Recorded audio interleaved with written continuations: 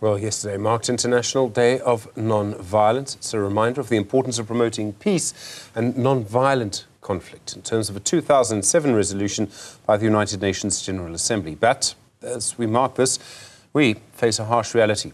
This year, we have ranked first on the crime index of African nations. 3 of our cities are included in a list of the top 50 most violent cities around the world. Newzroom Afrika's Nasiphi filed this report. As the world observes International Day of Non-Violence, Cape Town is in 11th place with a homicide rate of 66.36 per 100,000 residents. Nelson Mandela Bay and Durban rank 45th and 47th respectively. This alarming statistic casts a shadow over Cape Town, often celebrated for its beauty, and Table Mountain, one of the wonders of the world. Because what you are seeing is symptomatic of a bigger problem. The crime, the violence, the hijackings, the murders are all symptomatic of a society that is in crisis. And the government is unable, have been unwilling to address that crisis. We don't have a bright future with the culture of violence that we've grown over, that has developed over the last 30 years or the last 100 years. Now the state, whether it's the Western Cape government or the national government where we are involved, they keep on saying that they are serious about crime. They have a war on crime. They should have a war on poverty. They should have a war on people suffering. They should have a war on not providing sufficient education for children, cutting teachers. In many disadvantaged communities in Cape Town, the impact of violence is all too familiar. A tragic reminder is the murder of school teacher and activist Vuyo Duna on the 28th of February 2022. He was gunned down in his yard while preparing for work.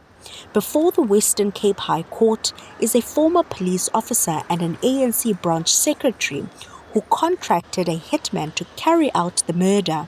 Eyona into iyasimangalisa ukuthi ubomi bomntu eMzantsi Afrika buyovelu ngoba is only 1.5 1,000 rand ne500 rand xa udibanisa kuthiwa 1,500 rand namhlanje uDuna sinaye namhlanje nefamily isafuna ukwazi ukuthi kutheni umntana wethu singenayo namhlanje because uDuna be breadwinner nako kwabo uvuyo benabantwana uvuyo abathanda abantwana bakhe uvuyo ebengu ngumntana naye kwifamily yakhe entire ifamily yotutuse.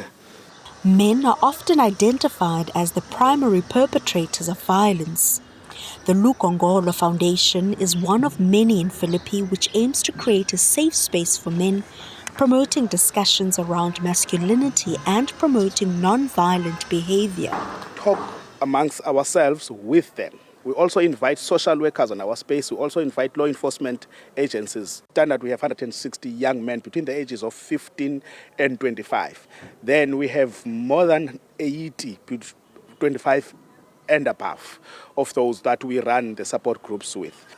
Last month, Police Minister Senzo Mchunu highlighted some of the most concerning crimes, including murder, rape, kidnapping for ransom and extortion.